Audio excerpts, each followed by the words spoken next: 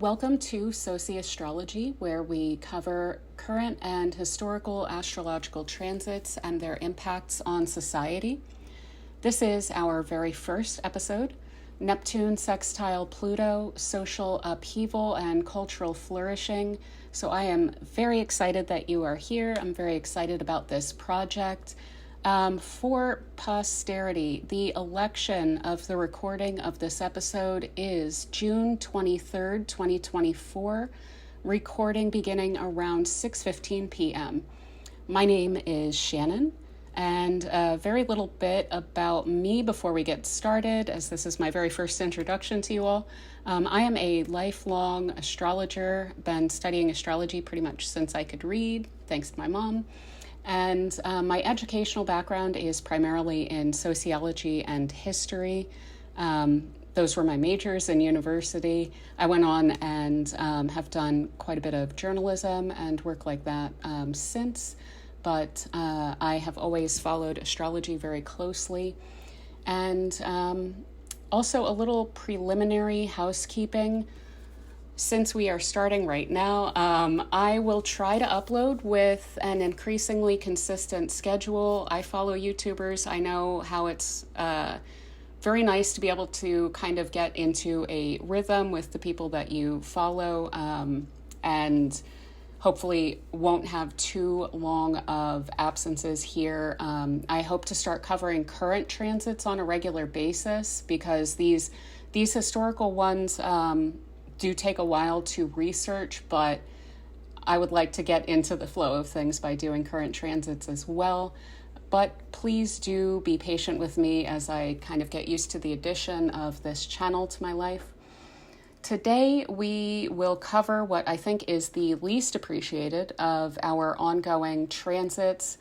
And the under-recognition of this, I think, is likely due to its extremely long-term unfolding and impact. It's a subtle but very impressive and significant aspect, and we will be covering a specific version of this aspect, which is the opening sextile, which is the first sextile after the conjunction. I do remember the last conjunction of this aspect occurred in the late. That would be the 20th century, because of a very fascinating thing that I hope I will get to with that. But the current instance of the Neptune sextile Pluto aspect is occurring from 2021 through 2035 within a couple degrees of orb. All of the time frames that I am discussing today will be within about 2 degrees. So feel free to expand these periods of time that I'm discussing, because that is a very tight orb. And so it is a kind of shrunk period of time that I will be specifically covering. And again, we will be talking about the opening sextile between these planets. And what that means is that the faster moving planet, which is Neptune, is ahead of Pluto within this aspect. So Neptune currently, for instance, is at 29 degrees and 54 seconds or 54 minutes of Pisces, and it is sextile to Pluto, which is at 1 degree and 31 minutes currently of Aquarius.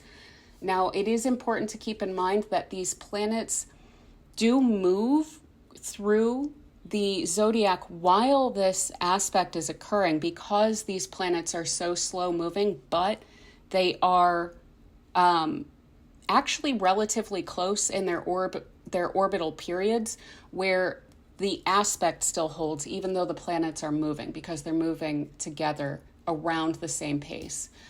So this transit, when it occurs, which is about every 500 years, it lasts for 2 periods of about a decade within the span of 1 century. So to be a little more clear about that, for instance, this one actually started in 1945. It went until 1965, which was kind of a long instance of it, and then it went a little bit out of orb.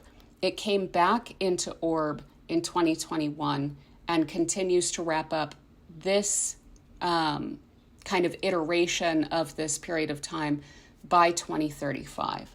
I hope that that's clear without visuals. I will try and get a lot better with video and audio editing as I go on with this podcast. But for all intents and purposes, there are 2 periods in a row where the planets are only making this sextile aspect. They don't make any other aspects in between. But Neptune gets a little bit ahead of Pluto and they get out of orb. And then Neptune retrogrades and they wind up back in orb again. So the regularity of this aspect is really fascinating. Again, it's actually every 495 years, to be pretty exact, between these aspects, because that is the orbital period, the cycle of Neptune and Pluto to each other.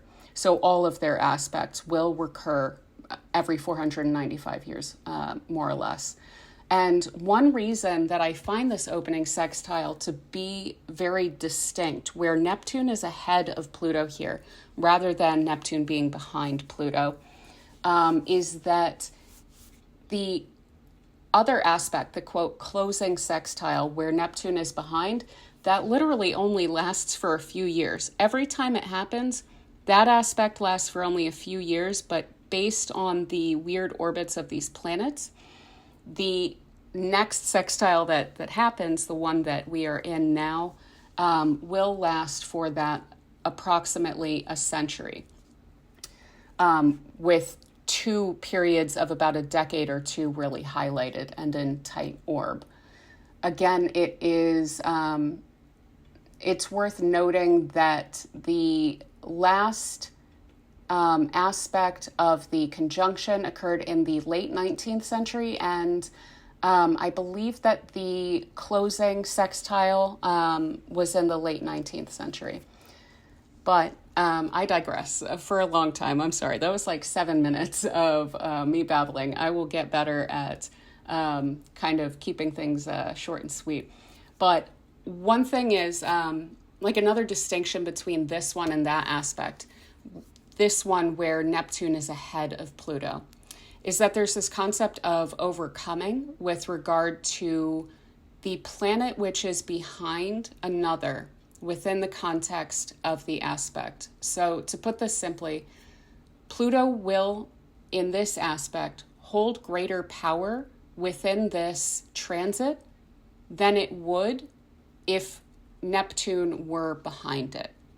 So because that is central to our topic, I want to kind of explain that quickly. Pluto is considered to be in a dominant position within this aspect because as the planets move in an overall counterclockwise direction through the zodiac, Pluto is the planet which is behind Neptune and therefore is considered to be able to see and direct the action of Neptune. This is an ancient Hellenistic astrological consideration. Again, it's called overcoming. I will link to a fuller explanation of that in the description, but you can also Google it and kind of read up on that. And there's some great visuals that people have made about this. But again, what this means for us simply is Pluto is directing the action here. Neptune is in a receptive, supportive role. And it is basically fulfilling Pluto's directives here. Especially since this is a sextile aspect, it is very supportive. There's not resistance between these planets. And you'll kind of see this play out where Neptune is really helping Pluto here. We'll see this kind of play out in very beautiful and tragic ways throughout each period that we will cover.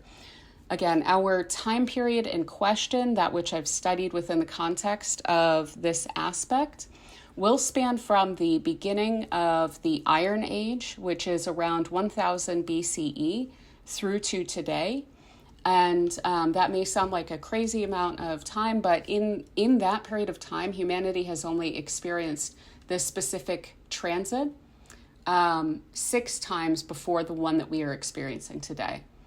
Another reason that I wanted to dig into this is that when this this transit is covered, which is pretty rare, it's typically treated, I find sadly, with a level of wishful thinking. And I hope that by the end of this episode, I will have elucidated that. And don't get me wrong, it is a stunning aspect. It's very impressive, very beautiful.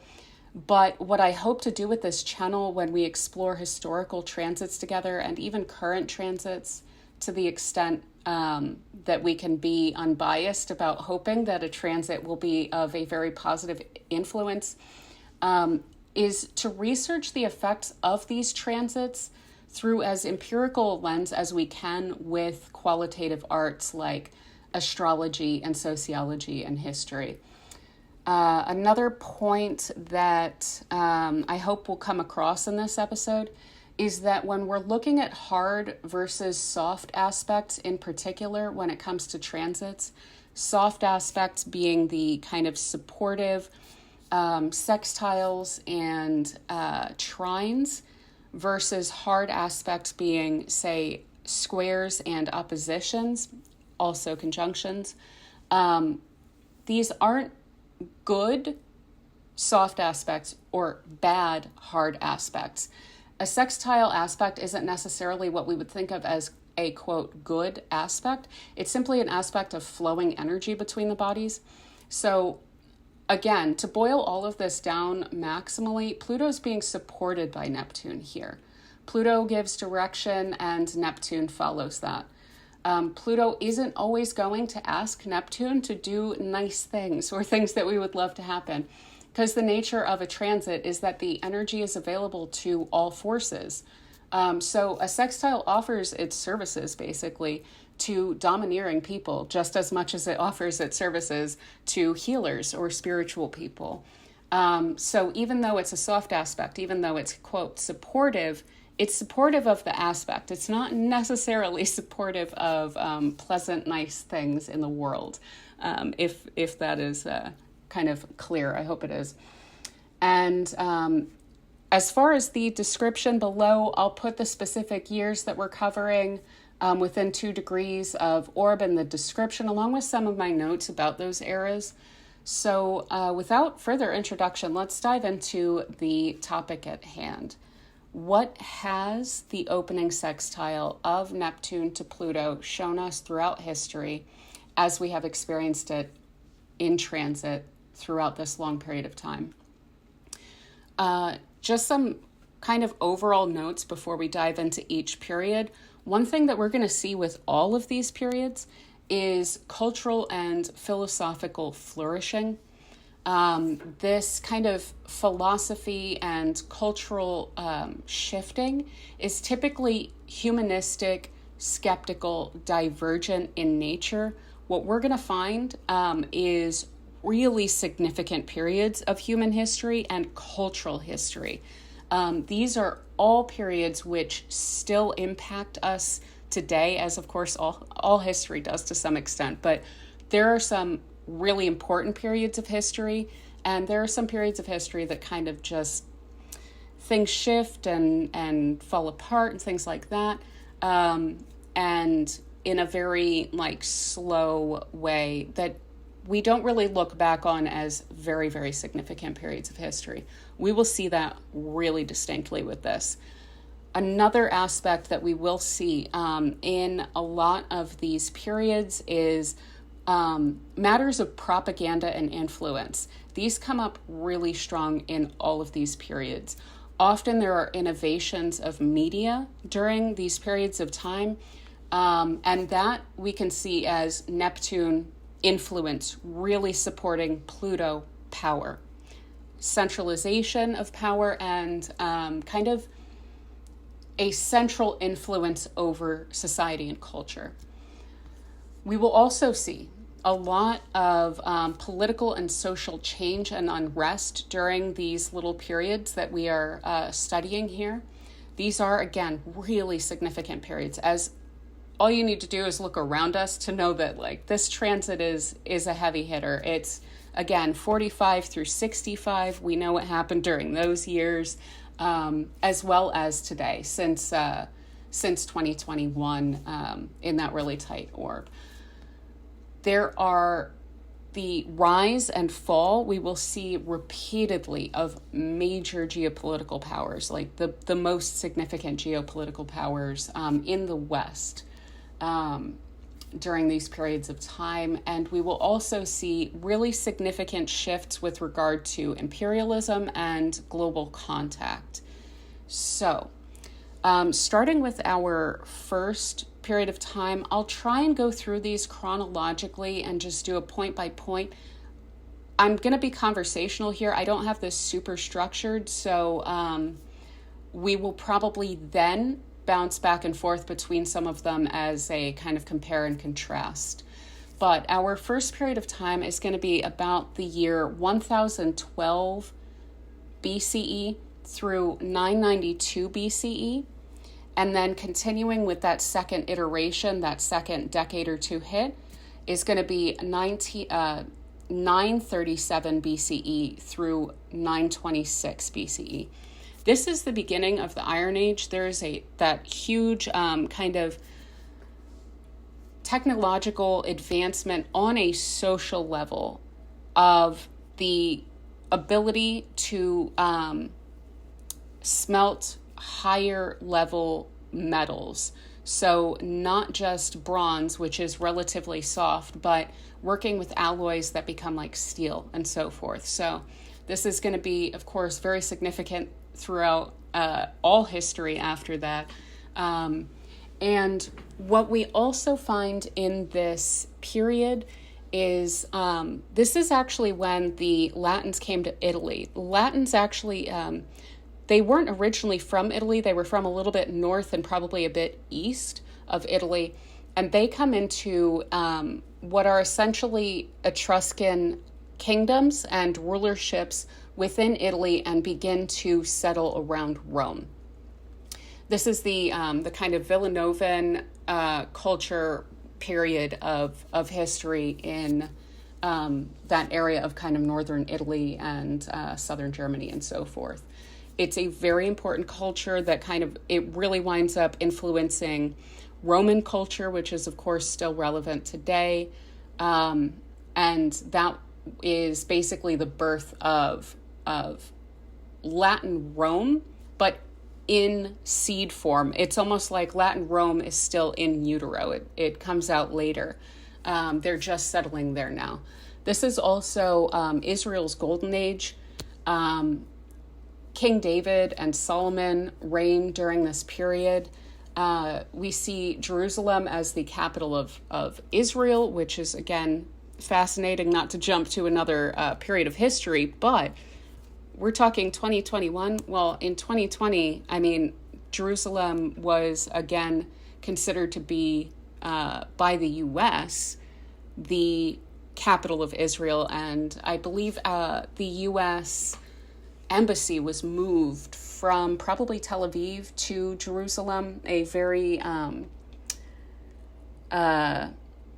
instigating and rude kind of gesture toward Palestinians to do that, basically.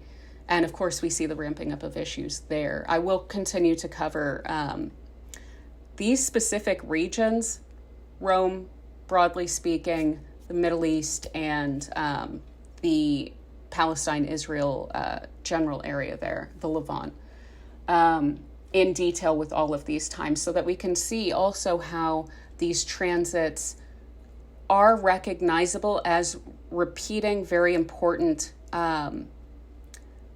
developments onto the developments of the previous transit. It's very fascinating, and we'll see this come through. But basically, this is, King David, King Solomon, a very classical ancient period of our history. I'm not going to go too far into it because there's very little history actually written down during this period. And things continue to get more and more fascinating as we go on. So that's most of what I'll say about that period. Our next instance of this aspect is going to run from about 514 through 503 BCE.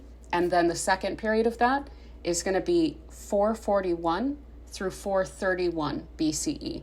So this is approximately 5th century BCE. What we see here is in the span in between, the Latins have established their culture, and they've established basically Latin Roman kingdoms on the kind of Etruscan model. That, during this next period, falls. The kingdoms are overthrown. There's the overthrow of the monarchy in 505 BCE, give or take. And this is definitely the end of Etruscan rule within Italy and that style of rule in that region. And this is the rise of the Roman Republic. The issue was that social tension, the social uprising, the political change and unrest that we saw in the normal classes of Rome and the broader area. There was a lot of dissatisfaction with the way that, there was basically a strictly plutocratic Senate, which held pretty much all, legislative power. They were the ones who made the rules, and the poor really suffered throughout that. And so there was a lot of resistance to that. The creation of the Concilium Plebeius, I believe it's pronounced, is during this time, which is the kind of plebeian council of what becomes essentially a bicameral legislative body of Rome. And rather than having simply kings, leaders are then elected by a broader swath of society. There is more input. This is, again, when you go back to, say, the birth of the U.S., again, slaves are not included in this, and women are not included in this, and there are, landless classes are not so much a part of this, but it is a strong move toward democratization. That's why this period of history in Rome is considered the Roman Republic. They are following the kind of Athenian democratic model, which again is what we see today in its influence in the West. We also have in the Middle East during this period, I always struggle with this pronunciation, the Achaemenid Persian Empire. This is basically the height of that empire. It is spanning during this period from China to Libya. This is basically a major central power that is at its height at that time. We start to see the birth of historiography and propaganda with regard to history and the developments of that to suit current leadership. With histories by Herodotus, for instance, is published during this period of time. And this is where we start to get the kind of publication of these kind of hagiographical texts, which are placing current society, contemporary society of that time, within a historical context, which is almost teleological in nature. It makes it seem like this current instance of power is basically then not just through, for instance, dynasty or birth, but through history is inevitable or natural to this period of time based on the history which has led up to it. So it's this kind of creation myths of these different empires really start to pop up during this time. One thing that is really fascinating about this time is there's a lot of religious tolerance within this Persian Empire. There's a lot of different religious strains, which, of course, from China to Libya are going to be present. And this really influenced the later Abbasid era caliphate This is a really beautiful kind of golden age that we will see, again, with this transit pop up within the Islamic world, where there's a strong emphasis on religious tolerance. They did also really influence the Abbasids, this later caliphate. This is obviously not, this Persian Empire is obviously not Muslim. That religion will not exist for almost, a millennium still. Actually a little bit longer than a millennium from this period. But the Abbasids are also looking back to this Persian Empire, not only for their religious tolerance, but also their model of governance. They were, relatively speaking, relatively even-handed. And Hegel, when he was speaking of this Persian Empire, he referred to it as the first empire that passed away. It's the first historical people. And that's part of why I mentioned, when I'm going back to the beginning of the Iron Age, it's kind of hard to speak about those times because we don't have a lot of contemporary text. We don't know a lot of what happened, and our time frames during that period for when things actually happened or how they actually happened, it's all very fuzzy. And so it's really with this Achaemenid Persian Empire that we start to see the recording of history become really helpful to understanding what's actually going on during that period of time. So we also have, because this empire is so vast, we have these really rapid trade routes, utilizing horses over what becomes the Silk Road, which is really transmitting, again, not only goods, but ideas and philosophies back and forth between these regions, as well as knowledge of each other, and kind of propaganda about oneself, toward one's neighbors, even one's very far neighbors. In the area of Israel, we do see the second temple begins construction.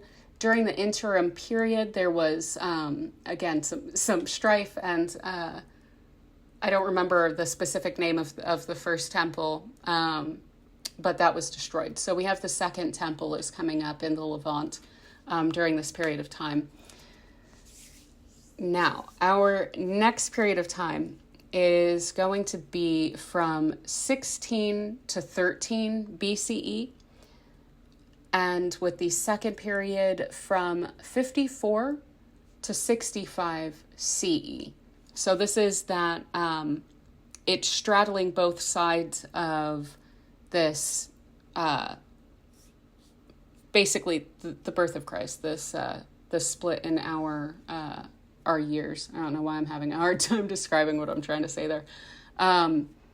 So this is, of course, the period of the fall of the Roman Republic, which we had discussed, where there is an ascendancy of plebeian influence within the legislature. There is a somewhat more fairness, somewhat more democratic model being followed within the Roman Republic. That is to fall, and that is because there was a lot of power struggles going on during this time within Rome, much more so than had happened previously. And basically, it's not quite tenable to have this democratic model with the level of corruption which had arisen within it continue. And so what we wind up seeing is kind of the worst outcome of that. It's like, okay, well, you have corruption within a democratic model, and then what that basically leads to is the republic falls, and what replaces it is the Roman Empire, where we have, again, these king-like emperors who essentially have total rule over legislation and laws and how things play out, and whether, matters of war how to spend the treasury and things like this. So through the kind of degradation throughout the interim period of that kind of Republican model, we see Augustus rise. During this time, there's a huge, toward the end of this, amount of propagandistic influence, which is really ramping up. We lose power within the councils. They were still pretty significant during the kind of lead up to this real solidifying of the emperor or the empire. But let me pull this up real quick. There's basically there's power struggles between the Senate, which is again relatively plutocratic body. Still, you have to be a large landowner. You have to have a huge amount of capital, basically, and power, and high birth to be a member of the Senate. And we had, during the period just leading up to this, the kind of arrival on the scene of Julius Caesar. And he was an absolutely fantastic propagandist, and was also very supportive of the plebeian class. He wanted to, expand the rights of slaves and of plebeians. He did some redistribution of wealth, and basically was kind of a champion of the people, not out of necessarily the kindness of his heart, but one, it was highly necessary with the society kind of falling apart the way that it was, in the specific way that it was, with a lot of corruption and a lot of vying for power and everything. But additionally, this really served him. A lot of people were really fed up with the Senate. They were really fed up with this plutocratic class that was essentially causing a lot of civil war. Because they were constantly vying for power for themselves and to enrich themselves. And during the period after, he kind of takes on this kind of mantle of, he didn't have an official position, Julius Caesar, but his name was so significant. When he finally did, basically declare himself, a dictator for life, he was, then we have the Ides of March. This is back in 44, so this is a little outside of our time period, but it is really significant for what's going to happen. And, of course, it was on March 15th, I believe 44 BCE, about a month after he named himself dictator for life. Those who had some power within the Republican structure, especially senators, really saw that this was not going to go well for them, that they were losing power essentially to this very popular figure, and especially if he names himself essentially emperor or dictator for life, they would lose a lot of power. They killed him. I think it was basically on the... I don't know what to call it, but the Senate floor. He was killed in broad daylight by many of these senators all at once. And I believe that it was his son, Octavian, who essentially takes up his mantle. I want to say he was also given his name of Caesar. And he is basically considered the heir to this. And it's super fascinating. He did a bunch of military adventurism, trying to expand the borders, trying to take in new lands, and was very successful with that. He then also went on and started studying astronomy in university somewhere around Greece. This is from memory, so I'm sorry if I'm being a little bit vague with that. It's because I do not remember the specifics. But so he had studied astronomy, and he had made a very strong name for himself. And of course, with being basically the heir apparent to Julius Caesar, had just, absolute ability to claim that mantle. But he was even more clever than this. Because of his study of astronomy, he knew that there was going to be a comet in the sky, that he could time a very extravagant funeral for Julius Caesar after he had been betrayed and killed by these senators who were already disliked in society and had to deal with, major rage and anger from the people when they had killed him. They definitely underestimated his popularity.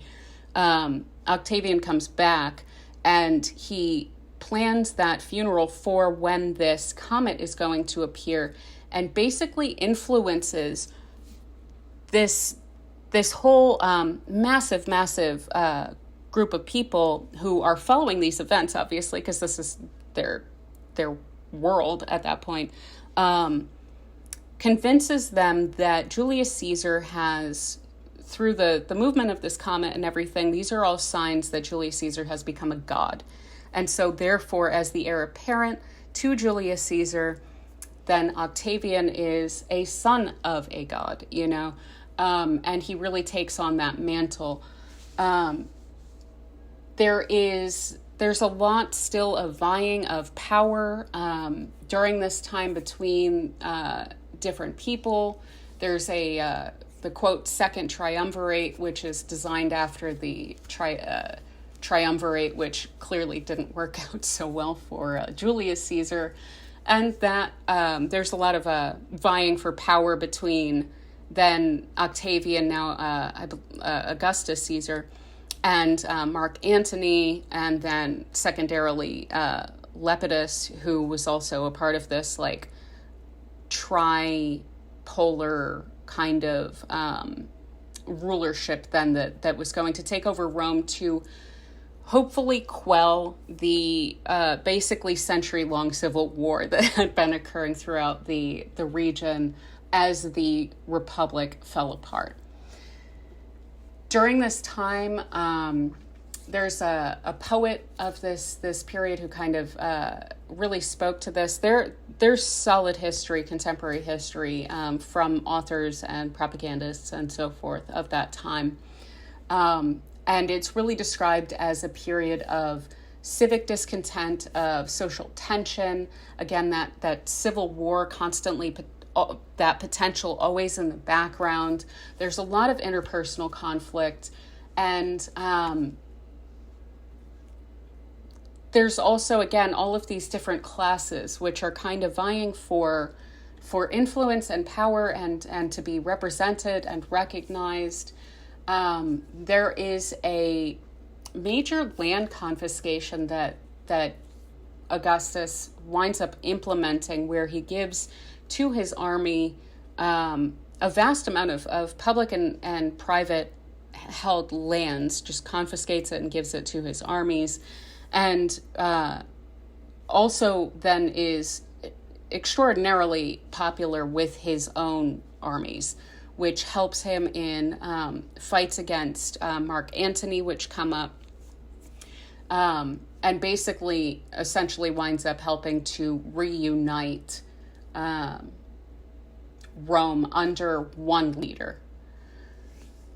His kind of propagandistic style really comes out during this power struggle that he has with Mark Antony. If you look into this period, he has all of these statues basically put up. He's really building up Rome architecturally.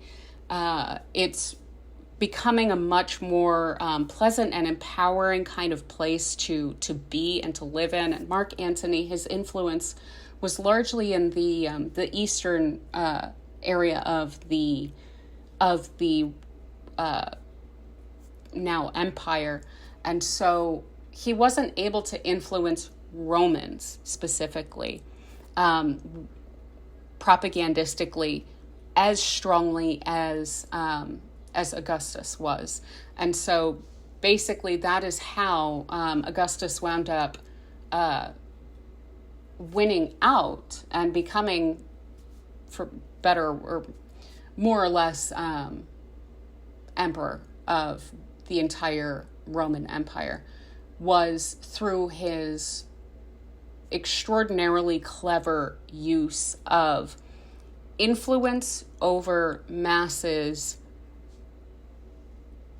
for his own power. And that is how we see Pluto really having the upper hand and utilizing Neptune, utilizing the masses, utilizing influence, and knowing how to subtly influence people, knowing what to say, and being able to accrue a huge amount of power through that.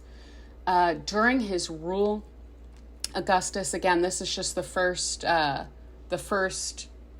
part of this 2-decade each period of this century-long transit.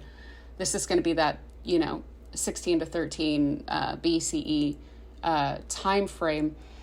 He has a ton of public works. He has poets working for propaganda. He's really empowering the arts and literature within Rome. He's building up that beautiful architecture and everything, and is really able, again, to know what to say, to know what to do, to make people feel that his power is really for the best for all involved, basically. Even though, of course, this is really to serve him and to build him up.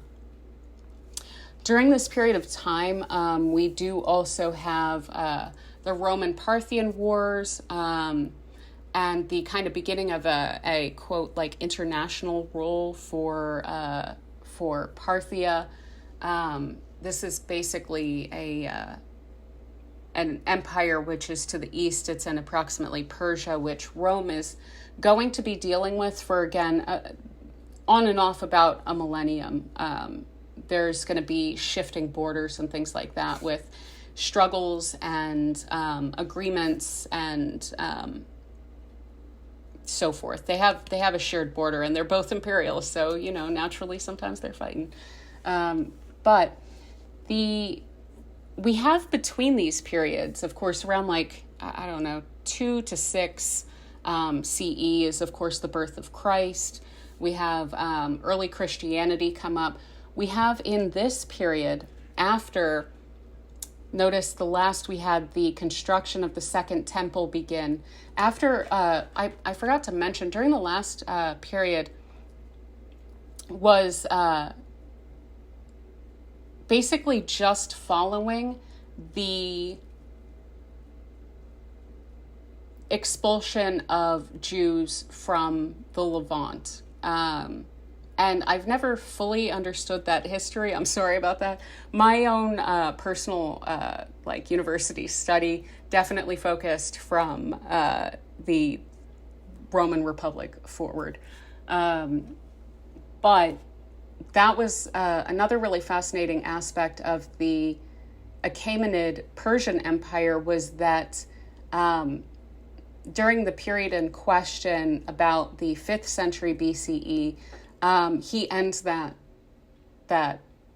basically exile and brings the Jews back to the Levant, and that is why the Second Temple begins construction at that period. They had been expelled and abused and so forth, and so they were allowed to be brought back in, and that's also part of that kind of policy of religious tolerance during that time. what we have in this period in question, between these two times, is of course the birth of Christianity out of Judaism, and in the Levant itself, of course, and in the second period in question, which we're about to jump into, which is 54 to 65 CE, is kind of the lead up to the destruction of the Second Temple, which was built in the last period. So this second period, 54 to 65 CE, very fascinating. I already quoted Hegel, but I'll do it again. One thing he says is that, and I'm paraphrasing here, is that history tends to repeat itself. There tends to be a first and second act, essentially. And then, of course, a famous quote by Karl Marx, a kind of follower of Hegel, who was very influenced by him and kind of worked with his philosophy to build his own, then stated, I'm going to butcher this quote, so I'm paraphrasing, but he basically says that, Hegel notes that history tends to repeat itself twice, and he says what he leaves out is that it is first as tragedy and second as farce. And that's one thing that I very much noticed in a fascinating way, because we have these two time periods. We have the first hit of an aspect, and then we have it come out of orb, and we have the second hit where it comes back into orb. This is so evident, especially in this instance of it, where we have Octavian, Augustus, he may be doing some like lavish kind of architectural, poetic, like kind of artistic kind of building up of Roman culture and society,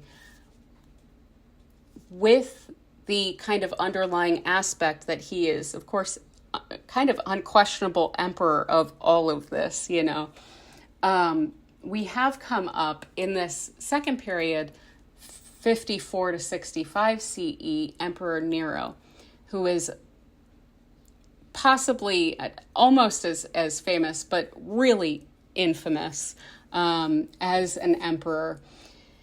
And he is just, he's a fascinatingly kind of gross figure. He is very, very irresponsible. He's basically put up to the position by his kind of power-hungry mother, who thinks that he's basically going to serve her, and she's essentially going to be in control through her son. So naturally, we can see how he would be as clearly mentally ill as he will express himself to be. But he was really extravagant and just out of his head. He saw himself as a poet, not some sort of like responsible leader. He really had no interest in actually responsibly running things. He had no interest in statecraft. He really didn't care. He just wanted to basically have fun and serve his own whims and fancies. And because he was emperor, he was able to kind of manipulate a lot of different, he had a lot of power to basically serve his own id, let's say, He was really into theater. He originally just kind of handed over power to the Senate to run affairs because he didn't care. Later, he was basically just handing over power to advisors to do things. He did wind up like cutting taxes. He had a lot of like mistresses. He wound up having his wife executed. His second wife, then, who was one of his mistresses previously, she wound up dying under really questionable circumstances. He killed his mother eventually once he was sick of her trying to control him. There's a lead up to him really seeming to lose his mind. And he wound up finding a freedman, which was like a former slave, who he felt really resembled his second wife, who had just died under questionable circumstances. He winds up having the man castrated and then winds up marrying that eunuch, and basically, acting as though this is his former wife. It all basically winds up leading to these. I remember back in, I took a history class over this period of time, and I remember just like instance after instance where it's like he's building these stupidly lavish, extravagant works. This is like a major period of like Roman bathhouses and things like this, which are fine, but when you're emperor, you might want to be like kind of focused on the empire and its well-being. Basically what this winds up leading up to is there is this massive fire that breaks out in Rome proper, in the city, and it goes on for like a week.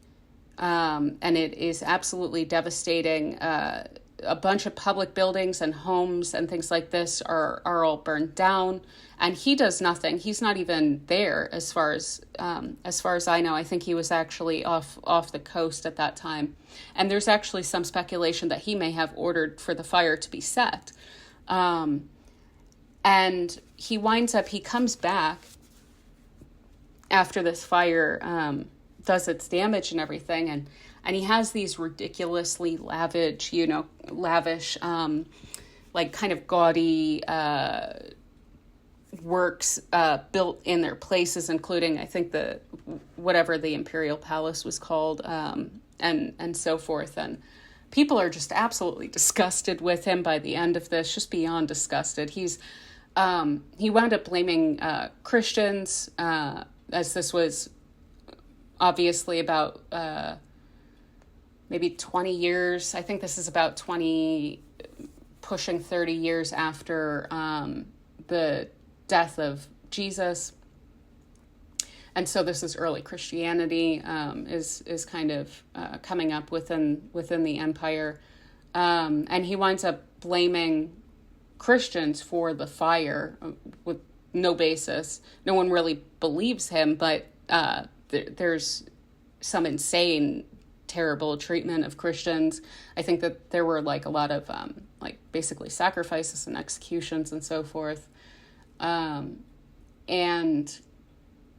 basically through the absolute hatred of everyone that he managed to gather throughout his life, this wound up becoming, I think he didn't have an heir. This wound up becoming the end of the Julio-Claudian dynasty of the Roman Empire, which had reigned since Augustus.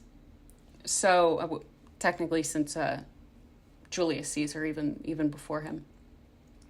So that is most of that whole period. Again, we know this history because it is of immense significance. The birth of Christianity falls between these periods. Again, the orbs then are going to be wide during that period. I think they were about 10 to 15 degrees off at that point. And then they come back together, and there's the spread then. The influence then begins of Christianity during this latter period. The Roman Empire building up. There's a lot of obviously architectural and engineering and some technological major advancements during this period of time. Obviously, they had aqueducts in the Roman area prior to this, but they are very much built up during this period and the one prior. And it basically, Rome becomes a really strong, proper city comparable to Alexandria, Egypt, which was kind of considered an example of the height of Hellenistic or Greek Egyptian culture at that point. It was considered the greatest city. I still consider Hellenic Alexandria is, in my opinion, like perhaps the most impressive and fascinating cities. But basically, Rome is starting to, and it has control over Alexandria, but Rome proper is becoming on that level of sophistication, essentially. So that is that whole period. Continuing on, I'm going to grab some water, because we're at about an hour at this point already.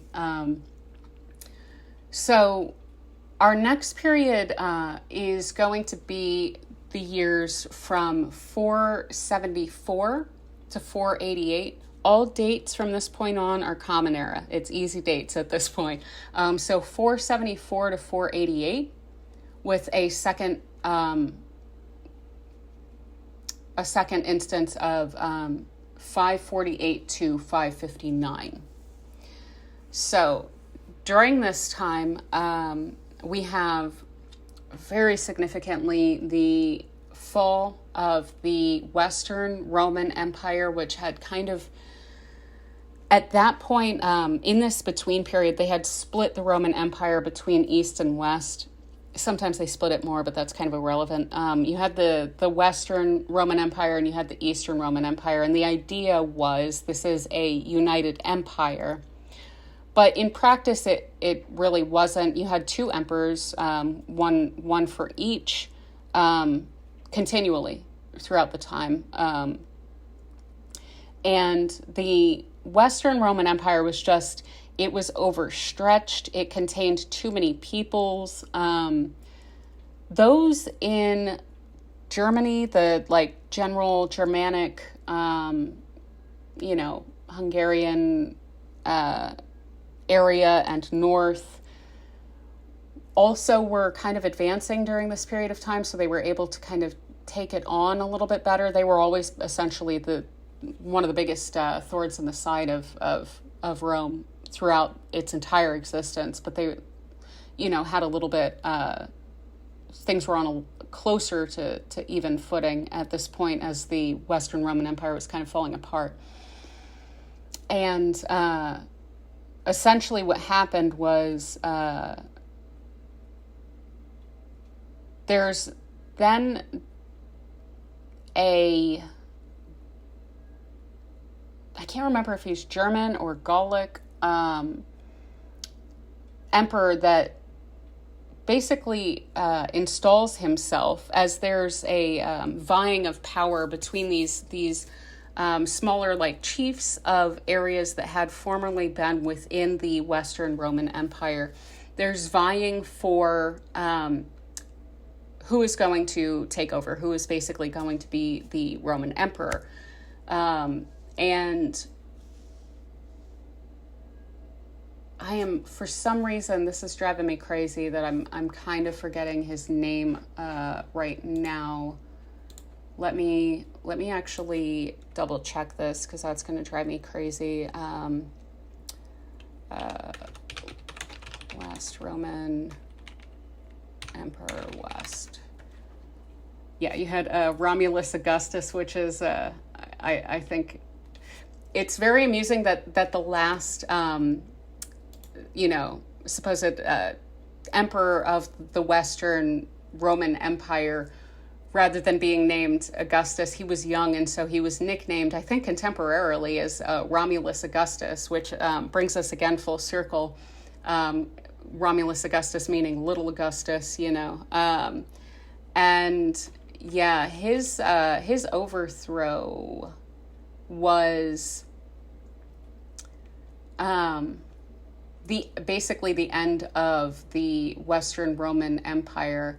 And I want to look up who was the first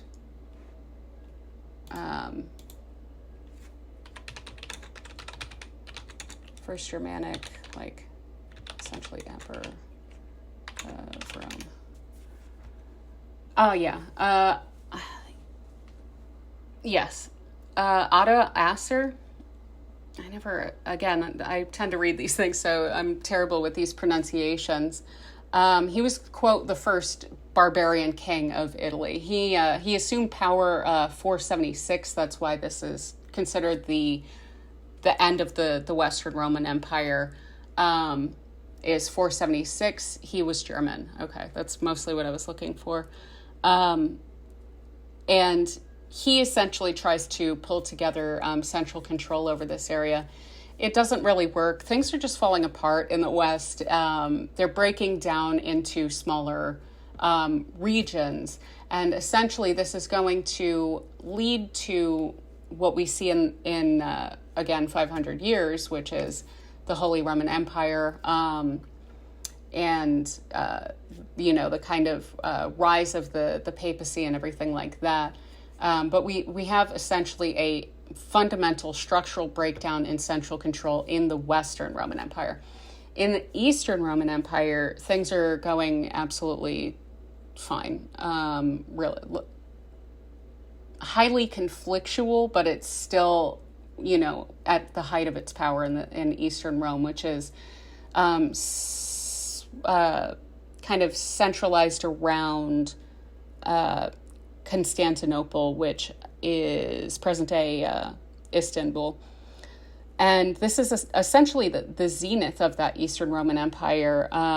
We have Zeno ruling during this period of time. We have Justinian I, we have the Hagia Sophia, is a temple that is absolutely stunning. It's still standing. I believe it's currently a mosque. It's really beautiful. One of the most advanced architectural kind of feats of that age. The way that it's built in a way that it essentially glows and is really beautiful.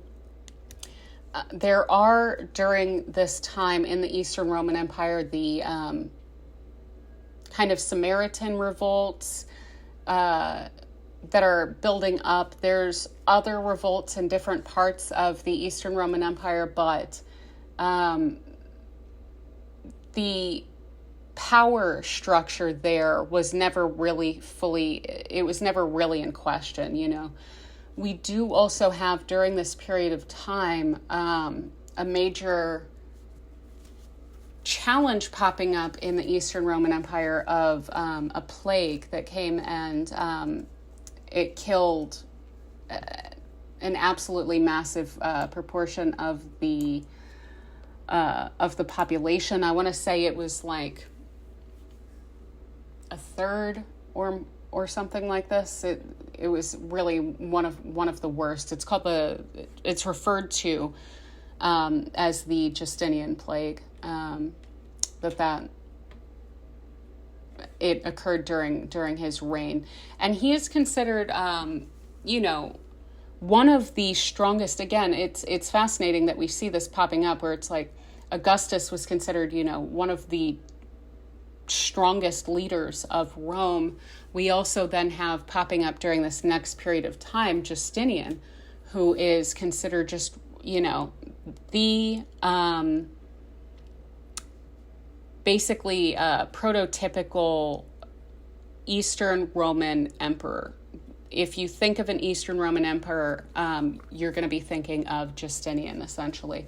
And he also really invested strongly in empowered and emphasized literature really strongly. He was a really strong propagandist. That's part of the reason why he was really popular. He built up the architecture in Constantinople really beautifully and strongly. He really maintained centralized control, philosophy, science. This was the height of Constantinople and the developments that were occurring there. our next period is going to be, we're getting closer to now. We've got 3 more to go to now. Is going to be 965 to 988. And then the second period being 1040 to 1052. Now, this is a really fascinating period of time. It's smack in the middle of what's considered like the medieval period in Europe. This is the golden age that I had mentioned before of the caliphate. This is the Abbasid Caliphate. One of the most tolerant of the, basically within the caliphates, there's different, more or less dynasties that pop up through different periods of time. For instance, there's the Umayyad Caliphate, which popped up prior, which was really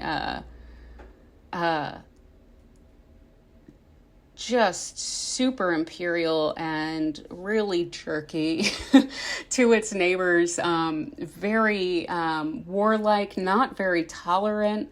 I think there were even certain Abrahamic religions that he did not consider to be,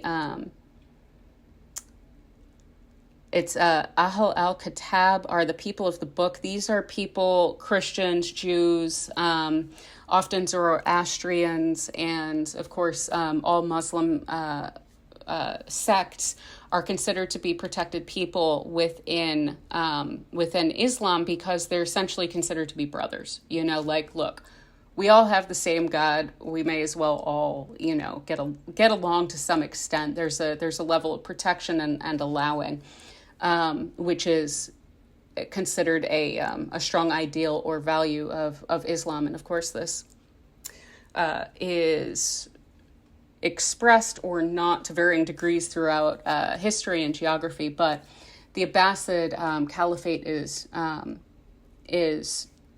really of high regard on that matter. They also were really good.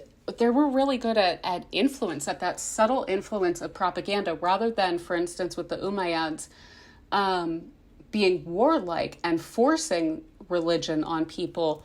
The Abbasids were much better at being an example of high culture and influencing and exchanging ideas, and therefore really there was a lot of conversion during this period of time in both east all the way to India and then west all the way to Spain throughout this period of time of people to Islam completely voluntarily, you know.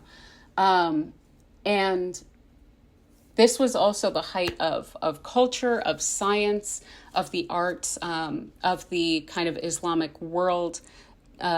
Really fell it in this period of time of the Abbasid Caliphate, or also known as the Islamic Golden Era. Astronomy, astrology, literature, poetry, like graphic art. I'm not an artist, if you can't tell. It's not graphic art. It's like physical art, architecture.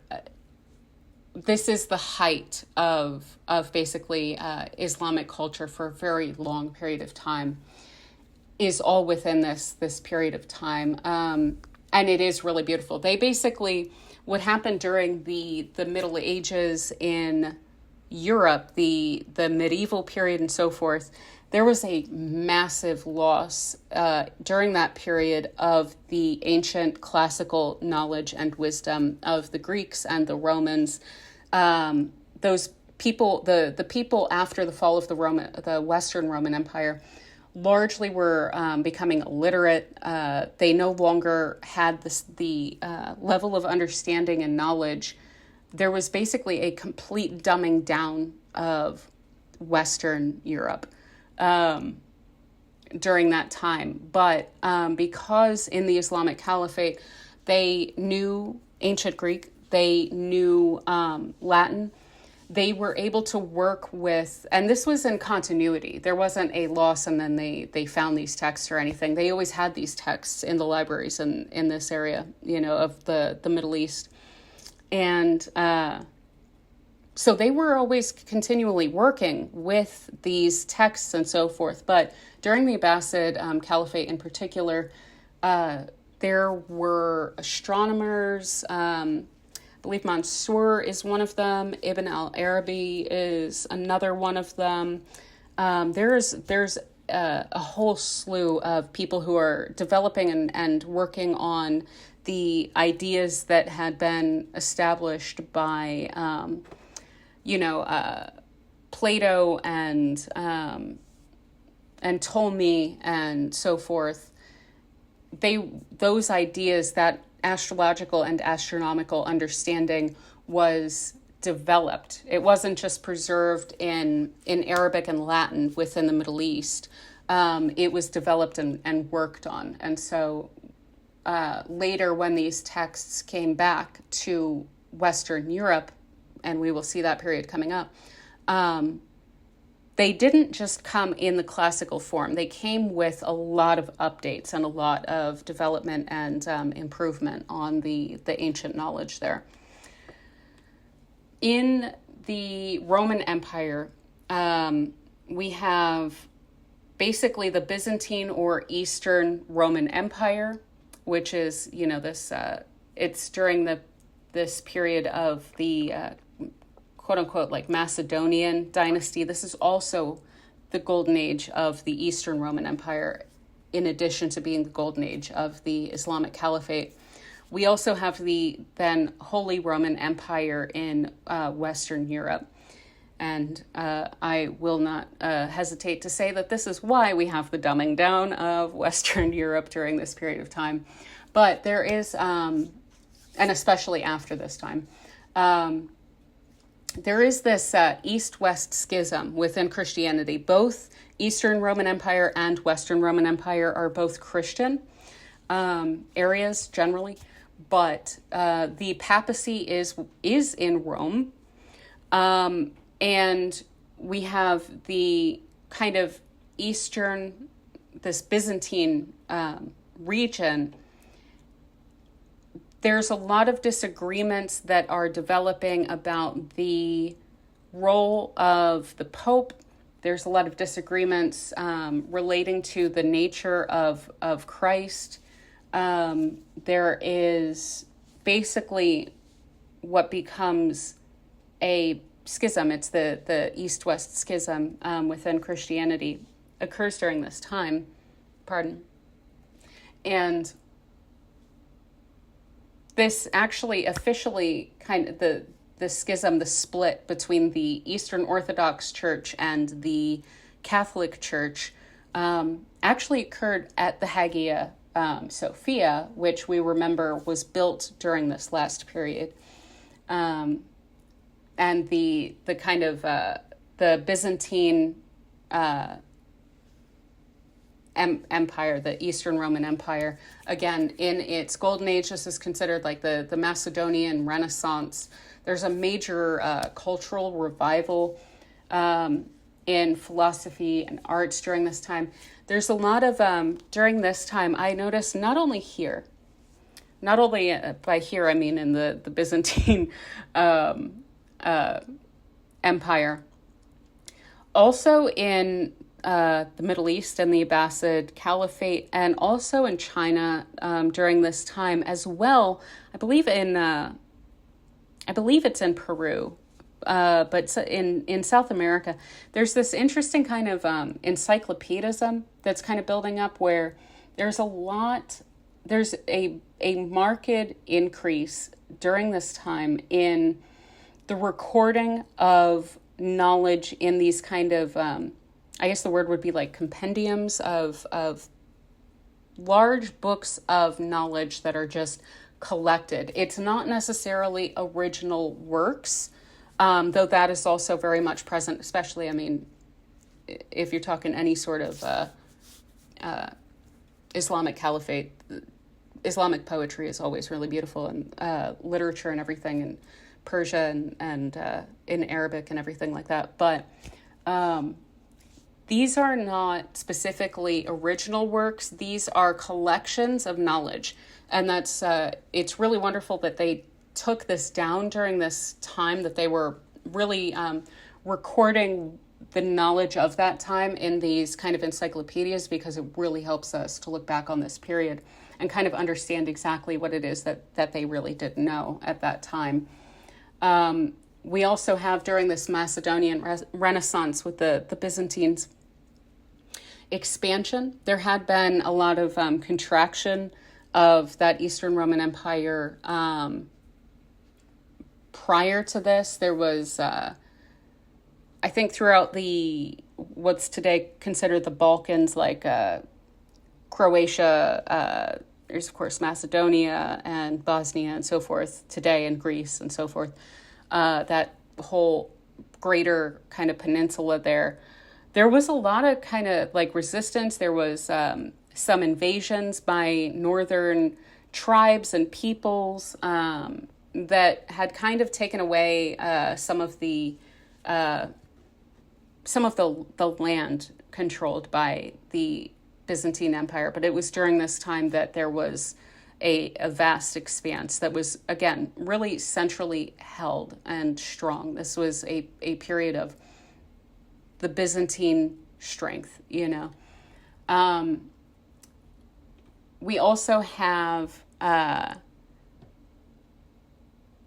in the Israel-Palestine area, there is a lot of warfare and conflict taking place during this period of time. There's a lot of earthquakes that are happening throughout the broader period of these two sextiles.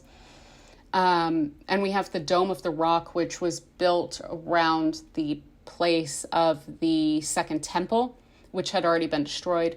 We have that built on this same land, and that becomes again repeatedly damaged by earthquakes in this area. And basically, again, just to kind of clarify the general religious tolerance of the caliphate during this time, there's like a Jewish governor of the Levant area during this time as well. So our next period of time is going to be 1455 through 1489, and second period being 1531 through 1544. And I will say that this is the last time period before we come to the present era. During this time, of course, what do we have? There's always the rise and the fall, and the rise and the fall of these Roman rulerships, essentially, during these periods of time. And it's so fascinating because these things aren't really happening between these time periods. It's at these time periods where they're really shifting. And we have during this time the fall of the Eastern Roman Empire. The Byzantines finally wind up falling to the Ottoman Empire during this period of time, and kind of putting a bit of a nail in the coffin of the kind of Christian influence on a strong scale. There were always, of course, Christians in the area because, again, of the Ahl al-Kitab, the kind of protections for any Abrahamic people living in these various caliphates, and then the Ottoman Empire and so forth. But again, we have that final fall, in Constantinople, which again is now Istanbul. It falls to the Ottomans and becomes essentially, as it is today, considered to be within the Turkish culture. So this is the age of discovery. This is the period of the scientific revolution. This is the period where the Gutenberg Bible was printed, because is it Johannes, I believe, Gutenberg, developed the Western printing press. Fascinatingly, I believe it was during, don't quote me on this, but I believe it was during a previous iteration of this aspect that the Chinese had developed a printing press, which wasn't really used too extensively, but it is worth mentioning that it was actually invented prior to Gutenberg. But that printing press is really, really, really significant. One, it helps to spread the ideas of the scientific revolution between the various actors who are contributing to it, and also the developments in navigation, the developments in kind of engineering around those kind of concerns of navigation, safe navigation, long distance navigation. Understanding of astronomy is really coming back to Western Europe at this time, and is, again, as it had been developed under the Abbasid Caliphate in the last period that we were discussing, is now being developed by, all of the various scientific revolution kind of actors, Galileo, Kepler, Copernicus, and so forth. It's through these correspondences between these people that this information is really being developed and the scientific revolution is basically occurring.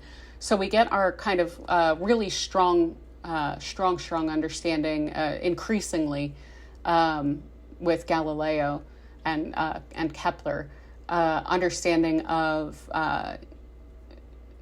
the heavens, essentially, of the way that the planets work, of the heliocentric model. This not only helps with just our understanding of our place in the universe, putting into perspective the position of the individual on Earth relative to the greater universe by displacing the center of the universe from Earth, with humanity as the apparently strongest species on the planet, which is the center of the universe. Suddenly that's no longer the case, and we ourselves are simply one of, several planets revolving around the sun.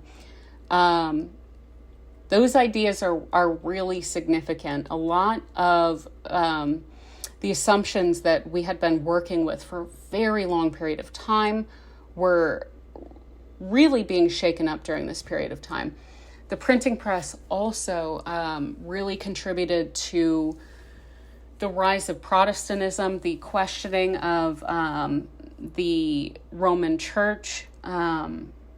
We have a lot of unrest and dissatisfaction with the Holy Roman Empire, as well with the monarchy in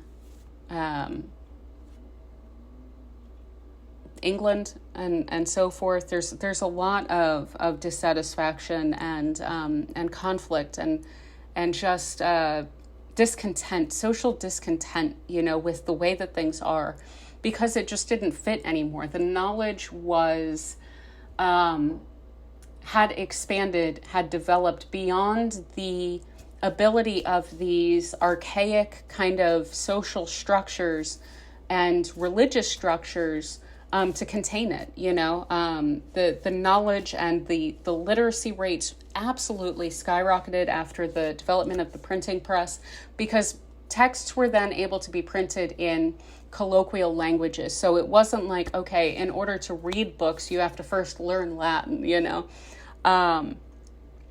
So again, the kind of colloquialization of printed works, Protestantism arising. Martin Luther actually lived and posted his 92 theses or whatever it was during this period of time. We also then have, in response to that, a lot of people who didn't want to go to Protestantism didn't necessarily want to go that far, but still really dissatisfied with the church and with the Holy Roman Empire and the structure and the way that things were. And so we see the Reformation taking place, where it's like, we know that things need to change. We being like, say, the powerful within that structure, we understand that things do need to change, but we still kind of want to hold on to our central power. And we know that there's a lot of the peasantry and so forth that are really discontent with the way that things are. So we need to give an inch, but we don't want to give them room to take a mile like the Protestants and kind of proto-capitalists essentially were taking things, to the point where it was like, okay, I as an individual have this direct relationship with God, and I as a self-ruling, autonomous, probably land-owning white man, to be completely perfectly honest, have, of course, this power over my wife and my family, and it places this kind of power of what had been previously just this not at all really challenged on a broad level kind of divine right of kings, which had previously been very natural to the centralized kind of religious and social orientation of the Catholic Church, with the Pope at the head, and then subservient to the Pope, the kings of the various rulerships throughout Western Europe.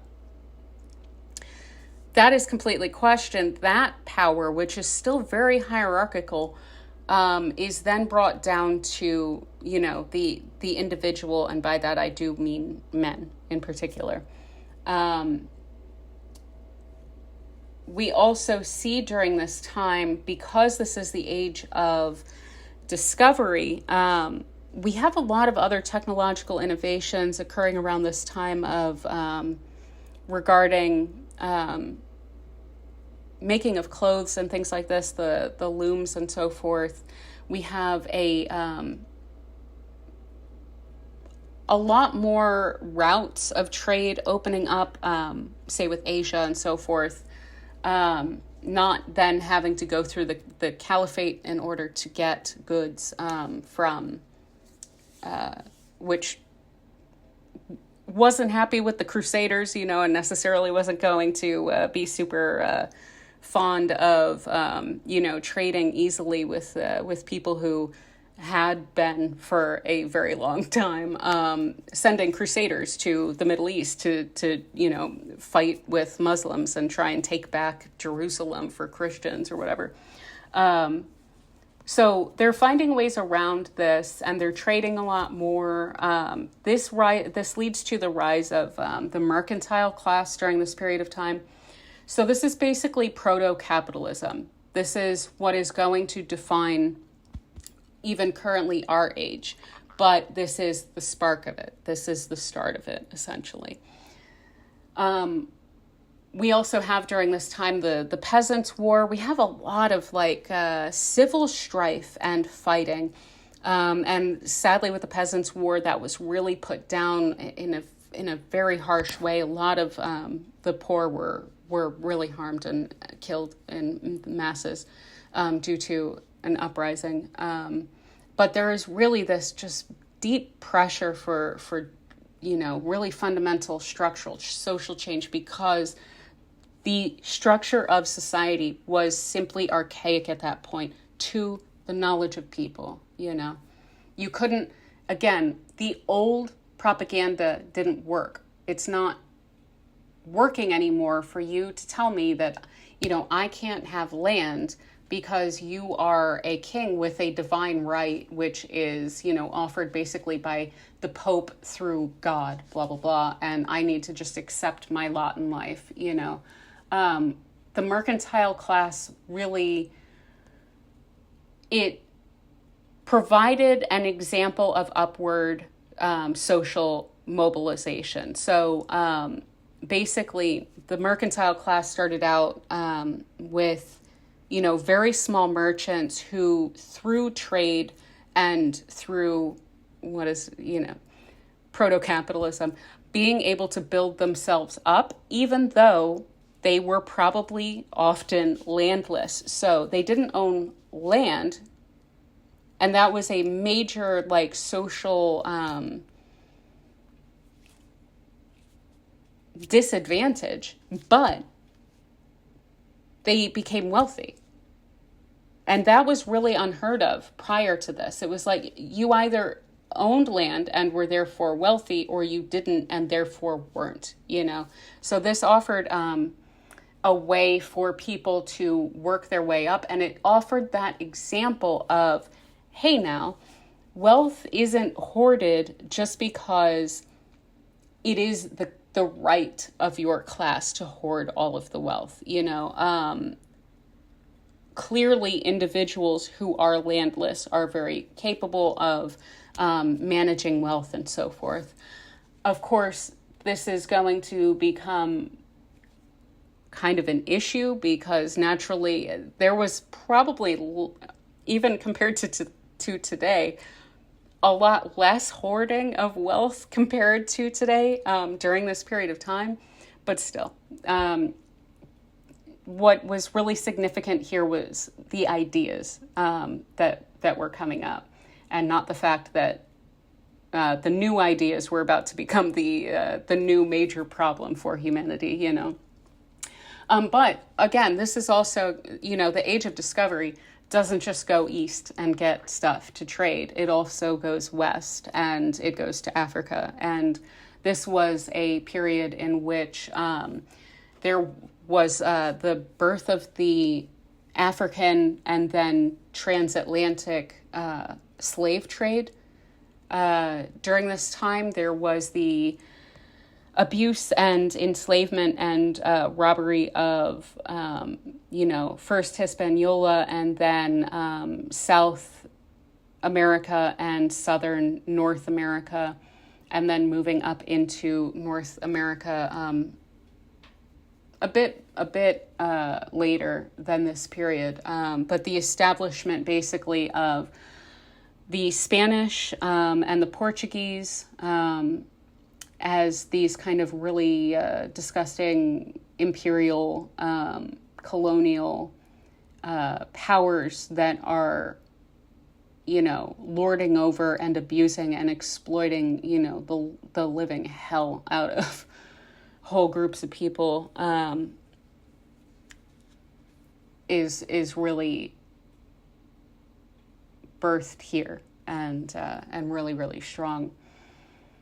Another weird kind of aspect that I do want to bring up, I don't see it in every age, but I do see it in a lot of ages. That's also, of course, the spread of smallpox and various other diseases to the, quote, New World. And like I mentioned before, we had the Justinian plague arise also under one of these periods. And then, of course, we had the pandemic during this current iteration of this. We also had, some of the early,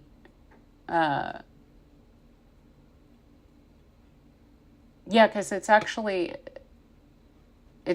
even kind of later. So this in-between period of ours, we also had the AIDS epidemic pop up during this aspect and this transit as well. So there is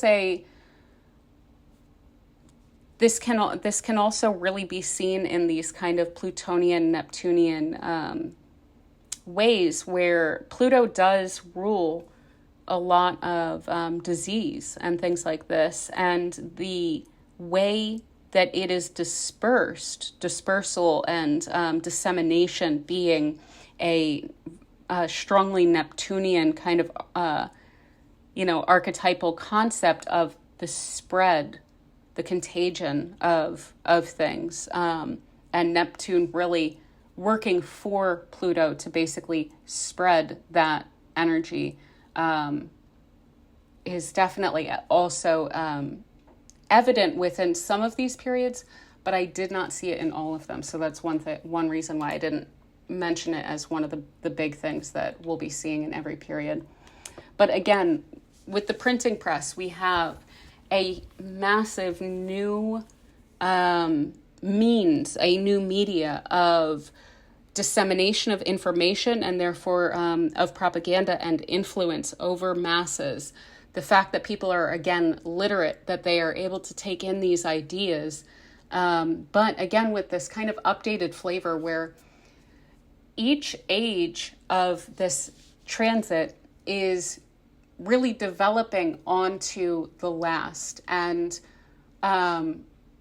what is really significant about this period in question is we do see what is much more evident to our modern eyes, the contours, the specific contours and the feeling of really what was occurring and what was changing and why it had to change, But it is really important to kind of put oneself, again, sociologically, in the shoes of those that you're studying and the society that you're studying, and to understand that the age of discovery, the scientific revolution, the printing press, the kind of propaganda that went along with that, the Protestantism, the Peasants' War, things like this, it is that level of significance that is being felt through all of these different periods. But when looking in posterity, it really is difficult when you're dealing with translated texts and so forth to really get the feel of the significance of the social change, the social unrest, the specifics and the relatability of the discontent of various classes within any given society throughout these periods, these eras. But that basically brings us to our current iteration of this transit. Again, it spanned most closely, it beginning like 1945 through, I think, 1965, but then it also came again quite close through 1991 even. And then picks up again. It got kind of wide an orb. When I was looking at it, I believe it got to 15 degrees between 1991 and 2021, if I am remembering correctly, which is a pretty wide orb. It's too wide of an orb for sextile to consider it an active transit, but then comes back again from 1991, 30 years later, comes back 2021, and it will be with us until 2035. So what do we see during this period of time? Again, starting 1945 to 1991, what do we have? Rival superpowers. We have the rise of Western hegemony with the fall of the Nazi powers.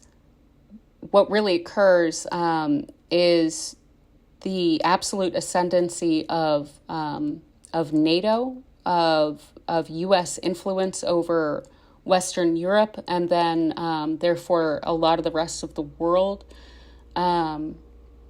Our one thing we aren't really taught terribly much, I think, in U.S. history is just how different pre-World War II and post-World War II the United States is geopolitically. It is completely different.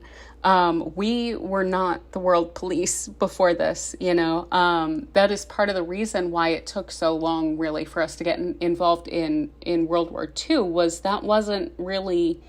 We were expansionist within the context of what was bordering us, but we were not necessarily trying to influence all of the people all of the time, So with the fall of Germany, with that occupation of the U.S. Over this period, with the 1945, that would be the strength of the OSS, the Office of Special Services or something like that, was the precursor to the CIA. This is essentially the span of the age of the CIA, and the, on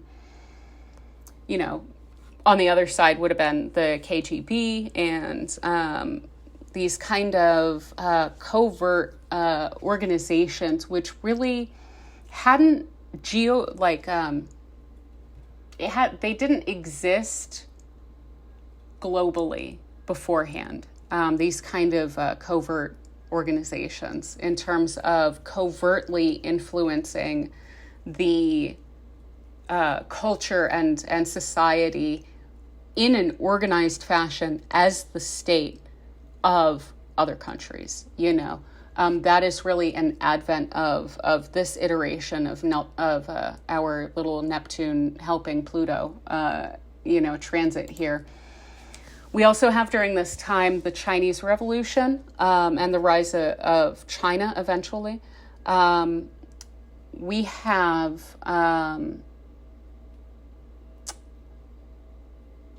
decolonization really occurring during this time. But what's fascinating is the USSR was behind a lot of that, and really aided a lot of that. But so there is an aspect of influence there, as well as an aspect of kind of, quote unquote, communist propaganda around the evils of colonialism, and the fact that, these countries with these kind of plutocratic, democratic structures that we have in the U.S. and so forth shouldn't be lording over, these impoverished countries and so forth. Those ideas really start to come through with propaganda, but again, that's part of that that urge, that necessity that we see with the Peasants' War, with Protestantism, with the rise of the plebeian council, and so forth, where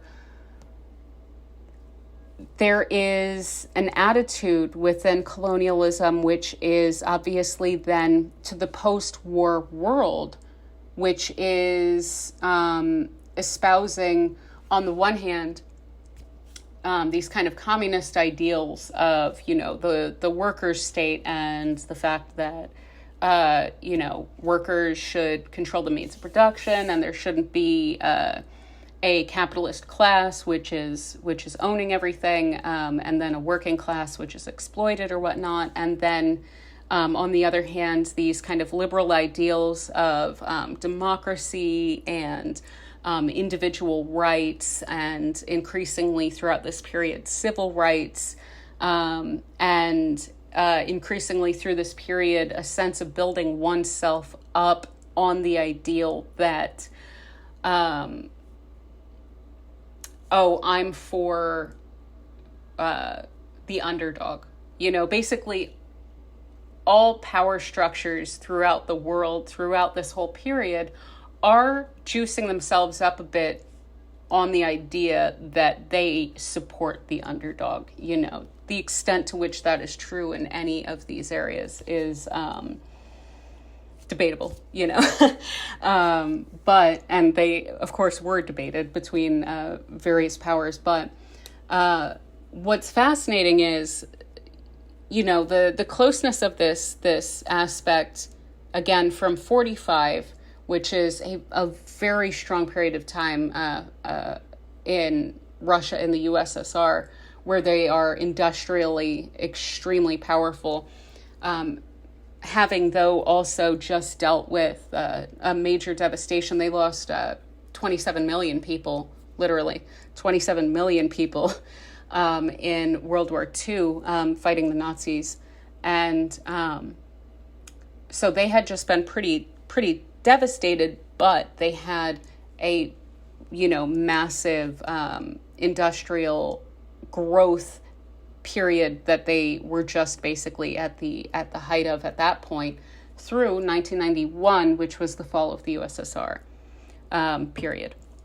So that's really fascinating. What we see then is a major breakdown, an unbelievably disgusting breakdown within Russia, where there was unbelievable exploitation by Western powers of all of the various state enterprises which had existed there. Were basically plundered. There was a major slippage in women's rights. There was a major exploitation, especially by Western men, of Slavic women throughout the various Slavic states. And this became really deeply humiliating and not acceptable to Russians whatsoever. And so what we see on the other side of this is 2021 to 2035. Well, what are we dealing with today? We're dealing with a very strong Russia again. We're dealing with a very strong China now as well. We're dealing with a kind of a multipolar world where we again have rival superpowers, which was, the first little keyword that I used for 1945 through 1991. This is really coming to a head, and it's going to be fascinating how it plays out. Obviously, we have the kind of extremes of Western propaganda, the CIA, the NED. We also have these kind of extremes of Russian and Chinese and other propagandas, which are then trying to counter-influence, in turn, also Western societies. And there's a strong emphasis then on that subtle influence of the masses, this soft power, as we now refer to this, which is a term that really came into popular usage and popular utilization, soft power, during that period from 1945 onward. And it really is fascinating to watch Neptune really serve Pluto in all of these various instances. In all of our countries,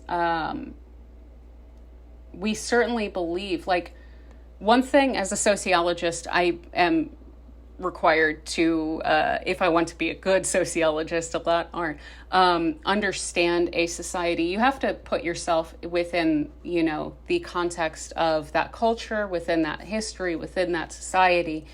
And it is definitely the case that people feel that their nation is basically, each country is definitely, let me put it this way, each region, each country, their people are definitely buying into the ideas which are being put forth by their own ruling classes. So the Chinese masses, we may, as Westerners, if you are a Westerner listening to this, which you probably are, we may view, oh, poor China, poor Chinese people, oh, they're so poor, blah, blah, blah. They're not. And they don't feel that they are. And they really feel like they are highly advanced. They're producing all of our stuff, They have a government which really, really holds its billionaires highly responsible in a relatively amusing way from my standpoint, if you know what I'm referring to.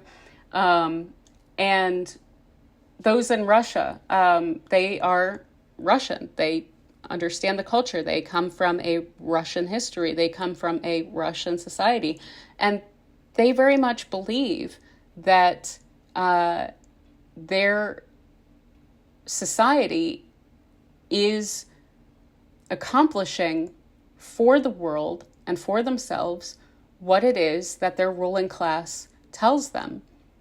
And when you look at the West, we have Western people steeped in Western culture, raised in Western societies, expressing that worldview that we really do believe, fortunately less and less, our ruling classes, that we are these liberal democracies, that we have attained the again, this kind of teleological kind of understanding of where one's own society is, where one's own world is, as being the pinnacle. This is the perfect way to do society, is liberal democracy, or within the context of the USSR, a Soviet state, or within the context of China, communism with Chinese characteristics.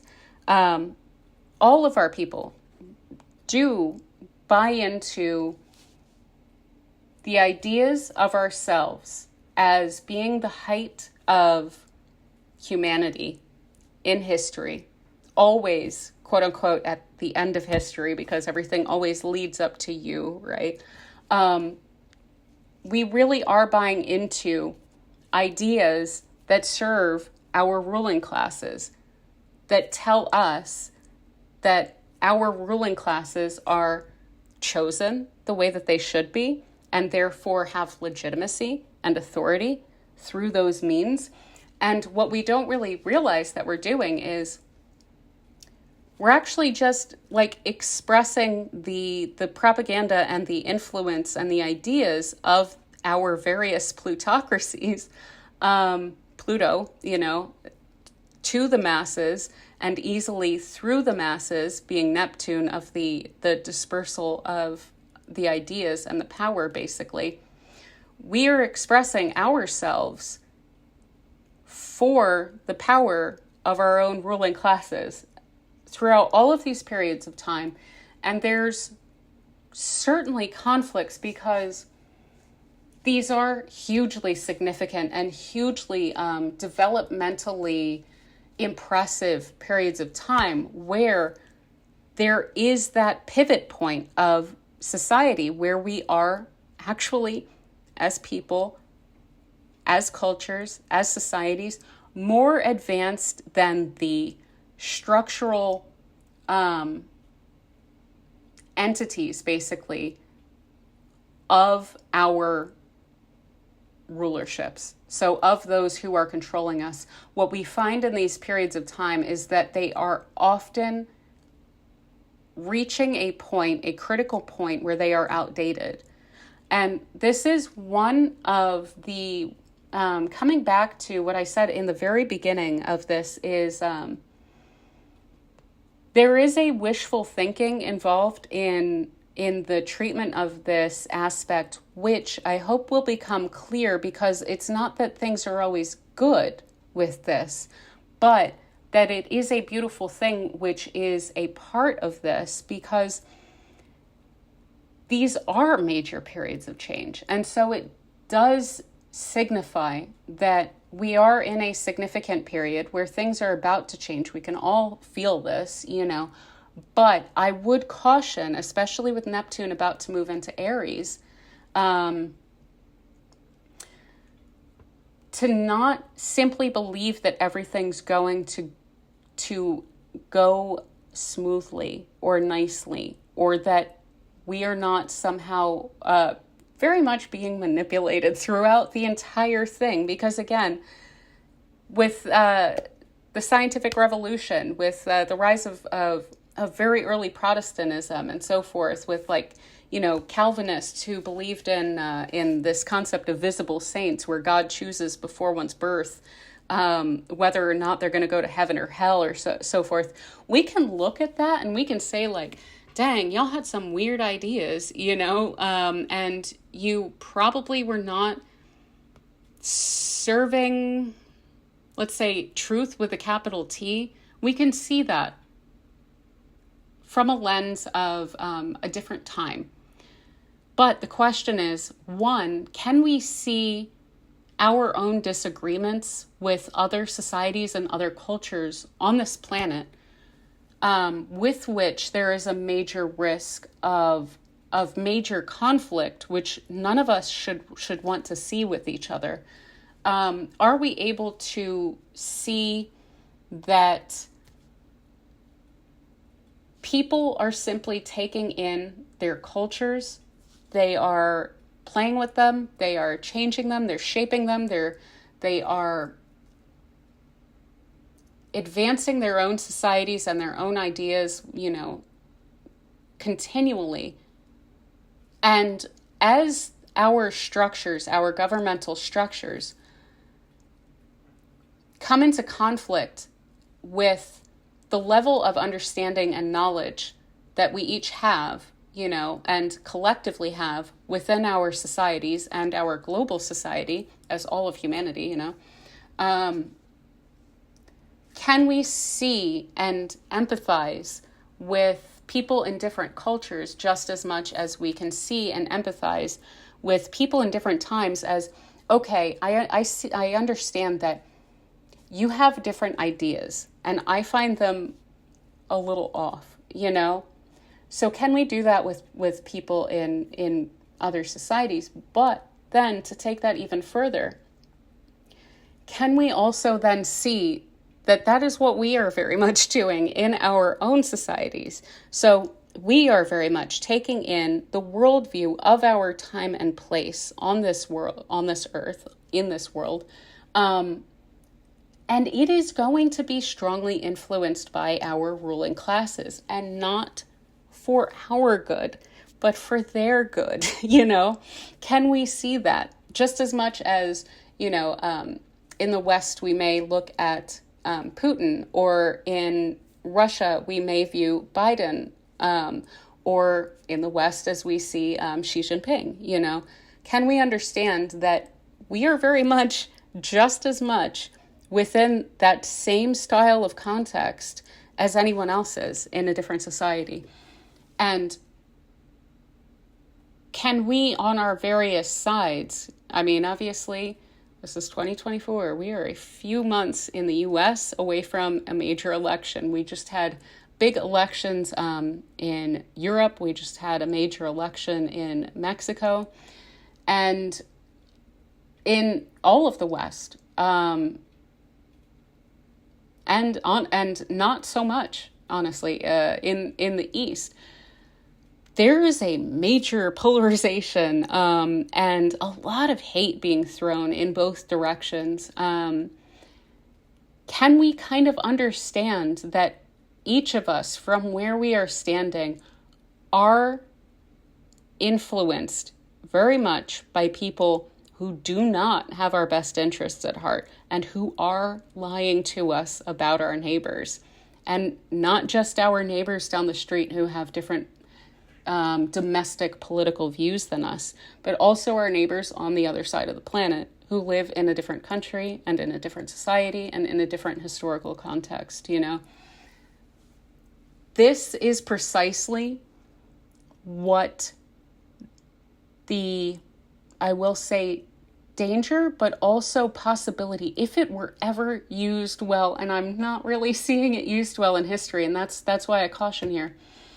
If we could see well the fact that Pluto could be our own power, but it's not, because we don't have that in our societies, that we could influence each other with, basically, that we could say, hey, neighbor who disagrees with me, I realize that you are not the problem. Can we both realize together that the problem is upward, that the problem is those who are really influencing us through the media, through all of the various propagandistic channels, through even our own understanding of our history and our society and so forth, could we utilize, because again, as I said before I even went into all of this, Pluto and Neptune right now in this sextile,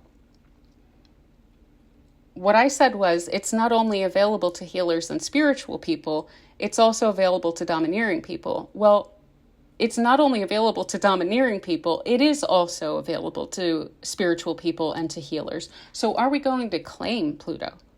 Or are we just going to continue, like we have been throughout society, to be subjected to it during these really beautiful and culturally flourishing and globally interconnected and fascinating periods of history in which we have these centralized governing powers that are really good at convincing us, that somehow it's in our best interests to either only tweak them, or, maintain the hierarchical structure, which allows for us to think that we are in a stronger position, for instance, in the West, not wanting to deal with dollar devaluation or euro devaluation because of people no longer using that. Well, that's exploitative, Can we give that up? Could we accept that, hey, the dollar's been strong because the United States has been really exploiting even just avenues of trade that have nothing to do with the US by insisting through the SWIFT system and so forth that transactions and trades be done in dollars. Can we really look at ourselves and understand that we do not have right now control of Pluto? Pluto, we will sadly see in early November. And this election really in the United States, I'm just going to unashamedly kind of really take a really US-centric kind of perspective right now. The election that's popping up in November, isn't it interesting that it is between two people that those in the United States least want to see facing each other? Does that sound like a system or a country in which people are in control of Pluto, in control of the power here? Or does it seem like a country in which Pluto, working through Neptune, working through the media, working through dissemination of ideas of power, have convinced people that there's somehow some major difference between Trump or Biden, or between, I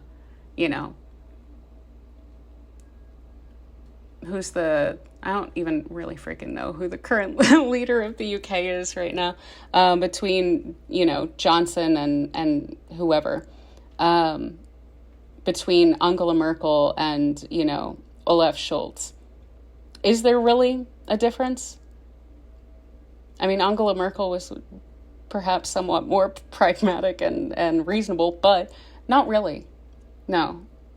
It's still the same old system in which a few get very, very obscenely rich, and the increasing number of masses get poorer and poorer and have less control and are fighting between themselves more and are unleashing the unrest and the discontent with the social structure, which is archaic, no longer working, no longer matching our level of understanding and knowledge and development, to take that out on each other rather than to do the hard work and actually claim Pluto for ourselves,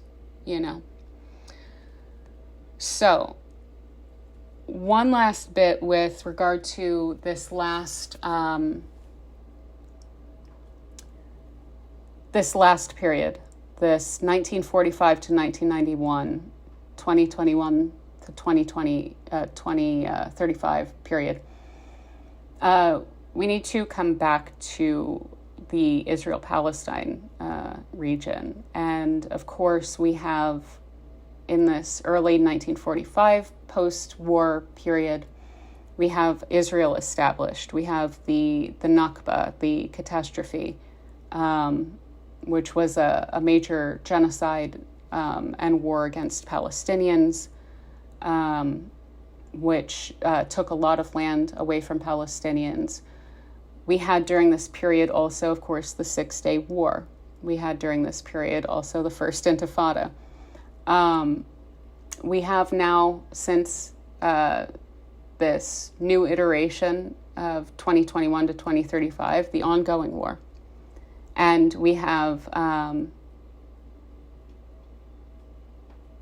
a really, I sadly won't harp on it for a long time because it's like really, really deep in my heart. But the,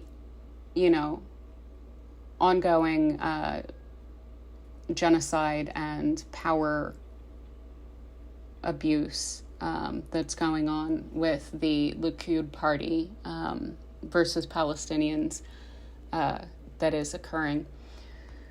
So, and a lot of propaganda around all of that, and long story short, again, what we have with this aspect for the past 3,000 years has been cultural and philosophical flourishing, typically humanistic, skeptical, divergent. We definitely see that today and through all these periods. We have a strong emphasis and a real effective utilization of propaganda and influence. This is often featuring innovations of media, the printing press, obviously CNN and, the newspapers and so forth really built up throughout this period. And then now utilizing Twitter and so forth for propagandistic influence and things like this. Innovations of media, which, of course, naturally aid any sort of propagandistic efforts. We have major political and social change and unrest. I have to be honest, we have an interesting aspect, which I'm pretty sure, but not 100% positive, is going to be the subject of episode 2. We have a very fascinating aspect popping up now where this sextile is going to extend, and it's going to create a really fascinating little arm off of Neptune. And what it's going to become is, again, all soft aspects. However, Pluto in early Aquarius, where it is now, is going to, again, be sextile to Neptune once it pops into Aries, which is very soon. And then Neptune is going to, in turn, be sextile to Uranus, which is about to pop right into Gemini. And Uranus in early Gemini is then going to be trine to Pluto in Aquarius. So we're going to have this little kind of triangle between all of the most outer planets. And I really think that we haven't really seen anything yet. I mean, if what we've seen so far, is certainly nothing to raise our nose at, I don't think that we've really seen the major social change involved in this aspect play out yet, because precisely of the fact that I do feel that we are reaching a level within our society to where the powers that be are losing their grasp on Pluto in this situation. They are losing their grasp on the masses. What worries me, and this would be part of the subject of that episode in which I will cover that upcoming, this next one that I want to discuss where it involves Uranus as well. This will be becoming really strong as an aspect in 2025, 2026. So it's right around the corner, but it's still off a little bit. I really feel that is going to be very significant, and it's going to further loosen the grasp of, the archaic social structures that we are currently living in, where we have a tiny monopolistic plutocratic ruling class in various countries, regardless of what each of us may want to think about our own culture and country, calling all of the shots and manipulating really the masses through propagandistic means. to